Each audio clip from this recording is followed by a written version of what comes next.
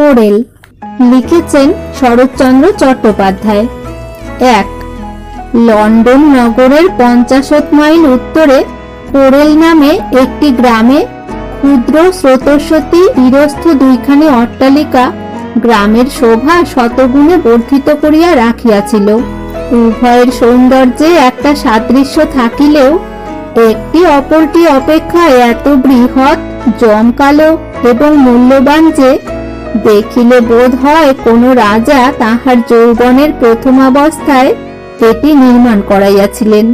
তাহার পর যত দিন গড়াইয়া পড়িতে লাগিল, সুখ সম্পদ পরিব্যাপ্ত আত্মসুখ যেদিন মরণের ছায়াটা সম্মুখে ঈষৎ হেলাইয়া ধরিয়াছিল, সেই দিন হইতে বোধহয় অপরটির নির্মাণ কর্ম আরম্ভ করাইয়াছিলেন। তাহাই যৌবনে এবং বার্ধক্যে যেরূপ প্রভেদ, এই দুইটি অট্টালিকার মধ্যেও সেইরূপ একটা প্রভেদ লক্ষিত হইত।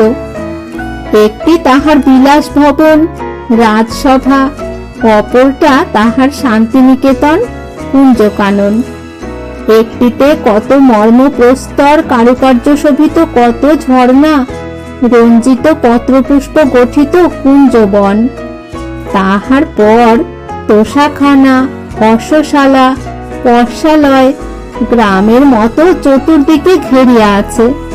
আর ভিতরে কত আসবাব, কত টেবিল, চেয়ার, পিয়ানো প্রভৃতি বহুমূল্য কার্পেটের উপর দাঁড়াইয়া আছে। ভিত্তি সংলগ্ন বৃহৎ মুকুরে সে শোভা সহস্রবার প্রতিফলিত হইয়াছে। তাহার উপর কত রকমের চিত্র, নানাবিধ ঝাড়লণ্ঠন দেয়ালগিরির মধ্য দিয়া স্ব স্ব সৌন্দর্য শত গুণে বৃদ্ধি করিয়া তুলিয়াছে। কিন্তু অপরটিতে অত কিছু নাই। বাইরে শুধু শ্যামল তৃণদল, ক্ষুদ্র ক্ষুদ্র পুষ্পতরু, লতা বিতান, এক ঝাড় পিয়ার বৃক্ষ, একদল আঙুরের কুঞ্জবন, মধ্যে দুই একটি বসিবার বেঞ্চ, নদীর ধারে 2 ঝাড় বংশবাটিকা। তন্মধ্যে এই ক্ষুদ্র অট্টালিকাখানি নদী তীর হইতে ঈষৎ দেখা যায় মাত্র। 2 জন প্রাচীন সৈনিক এই 2 ভবনের অধিকারী। একজনের নাম ক্যাপ্টেন নোল, অপরের নাম কর্নেল হ্যারিংটন। যুদ্ধ কর্ম হইতে অবসর গ্রহণ করিয়া 2 বন্ধু নির্জনে এই 2টি অট্টালিকা সামর্থ্য অনুসারে ক্রয় করিয়া বাস করিতেছিলেন। ক্যাপ্টেন নোল এর একটি মাত্র কন্যা, নাম মেরি। কলোনেল হ্যারিংটনেরও একটি মাত্র পুত্র সন্তান জন্মগ্রহণ করিয়াছিল, তাহার নাম লিওপোল্ড। জননী আদর করিয়া লিও বলিয়া ডাকিতেন। একদিন লিওর জননী পুত্রকে শিয়রে বসাইয়া মেরিকে আশীর্বাদ করিয়া স্বামীর কর নিজ করে গ্রহণ করিয়া বসন্ত প্রভাতে সূর্যোদয়ের সহিত হাসি মুখে চিরদিনের মতো প্রস্থান করিলেন। লিওর তখন 10 বর্ষ মাত্র বয়ক্রম। খুব কাঁদিতে লাগিল। মেরির জননী আসিয়া তাহাকে ক্রোড়ে তুলিয়া লইলেন, মুখ চুম্বন করিয়া বলিলেন, ভয় কি বাবা, আমি চিরদিন তোমার মা হইয়া থাকিব। সপ্তবর্ষীয়া বালিকা মেরি লিওর হাত ধরিয়া বলিল, লিও, কাঁদিও না, চুপ করো। লিও চুপ করিল।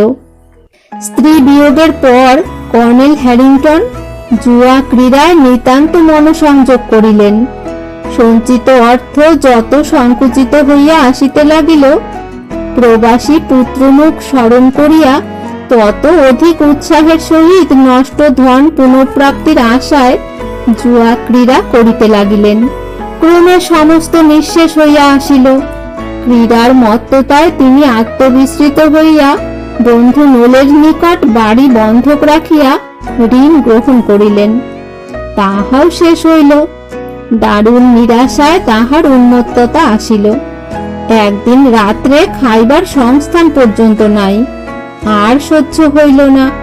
বন্দুকে গুলি ভরিয়া আত্মহত্যা করিলেন। পুত্র লিও তখন লন্ডনে বিদ্যাভ্যাস করিতেছিল। সংবাদ পাইয়া বাড়ি আসিল। মেরির জননী তখন জীবিত নাই। ক্যাপ্টেন নোল মৌখিক সান্ত্বনা মাত্র করিলেন। সপ্তদশ বর্ষীয় লিও অকুল সমুদ্র দেখিয়া যখন ছটফট করিতেছিল, নিরতিশয় মমতায় করুণ অশ্রু ভারাক্রান্ত চক্ষু দুটি লিওর মুখের পানে রাখিয়া তাহার হাত ধরিয়া মেরি কহিল, লিও, ভয় করিও না, তোমার মেরি এখনো মরে নাই। এ কথার অর্থ সবাই বুঝে।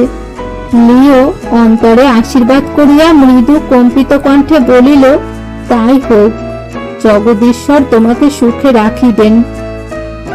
কিন্তু সেবার দুইজনেরই বড় দুর্বৎসর পড়িয়াছিল।